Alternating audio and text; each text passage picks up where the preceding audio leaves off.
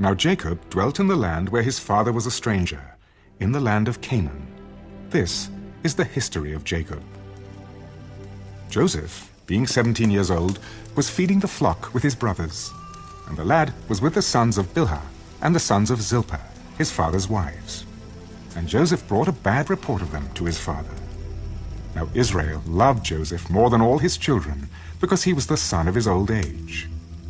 Also, he made him a tunic of many colors. But when his brothers saw that their father loved him more than all his brothers, they hated him and could not speak peaceably to him. Now Joseph had a dream, and he told it to his brothers, and they hated him even more. So he said to them, "Please, hear this dream which I have dreamed. There we were, binding sheaves in the field. Then, behold, my sheaf arose and also stood upright, and indeed your sheaves stood all around, and bowed down to my sheaf." And his brothers said to him, "Shall you indeed reign over us?" Or shall you indeed have dominion over us? So they hated him even more for his dreams and for his words.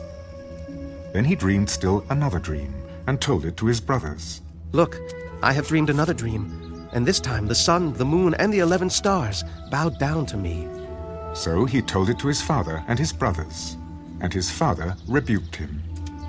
What is this dream that you have dreamed?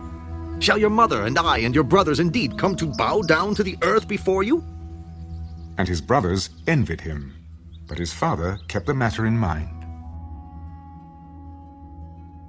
Then his brothers went to feed their father's flock in Shechem. And Israel said to Joseph, Are not your brothers feeding the flock in Shechem? Come, I will send you to them.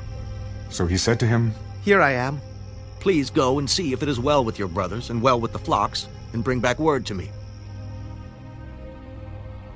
So he sent him out of the valley of Hebron, and he went to Shechem.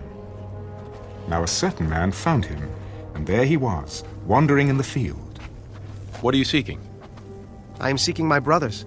Please, tell me where they are feeding their flocks." "They have departed from here, for I heard them say, 'Let us go to Dothan.'" So Joseph went after his brothers, and found them in Dothan. Now when they saw him afar off, even before he came near them, they conspired against him to kill him. "Look, this dreamer is coming." Come, therefore, let us now kill him and cast him into some pit, and we shall say, 'Some wild beast has devoured him.' We shall see what will become of his dreams."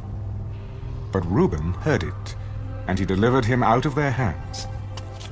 Let us not kill him. Shed no blood, but cast him into this pit which is in the wilderness. And do not lay a hand on him, that he might deliver him out of their hands, and bring him back to his father.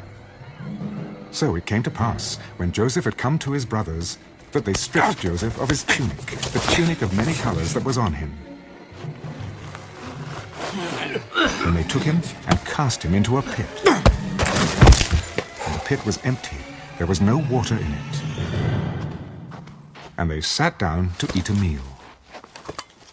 Then they lifted their eyes and looked, and there was a company of Ishmaelites coming from Gilead, with their camels, bearing spices, balm, and myrrh, on their way to carry them down to Egypt. So Judah said to his brothers, "What profit is there if we kill our brother and conceal his blood? Come and let us sell him to the Ishmaelites, and let not our hand be upon him, for he is our brother and our flesh." And his brothers listened. Then Midianite traders passed by. So the brothers pulled Joseph up and lifted him out of the pit, and sold him to the Ishmaelites for 20 shekels of silver, and they took Joseph to Egypt. Then Reuben returned to the pit, and indeed Joseph was not in the pit, and he tore his clothes, and he returned to his brothers. The lad is no more. And I, where shall I go? So they took Joseph's tunic, killed a kid of the goats, and dipped the tunic in the blood. Then they sent the tunic of many colors, and they brought it to their father. "We have found this. Do you know whether it is your son's tunic or not?" And he recognized it. It is my son's tunic. A wild beast has devoured him. Without doubt, Joseph is torn to pieces.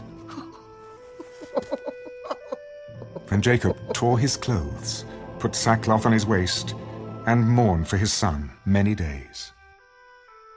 And all his sons and all his daughters arose to comfort him, but he refused to be comforted. For I shall go down into the grave to my son in mourning. Thus his father wept for him. Now the Midianites had sold him in Egypt to Potiphar, an officer of Pharaoh and captain of the guard.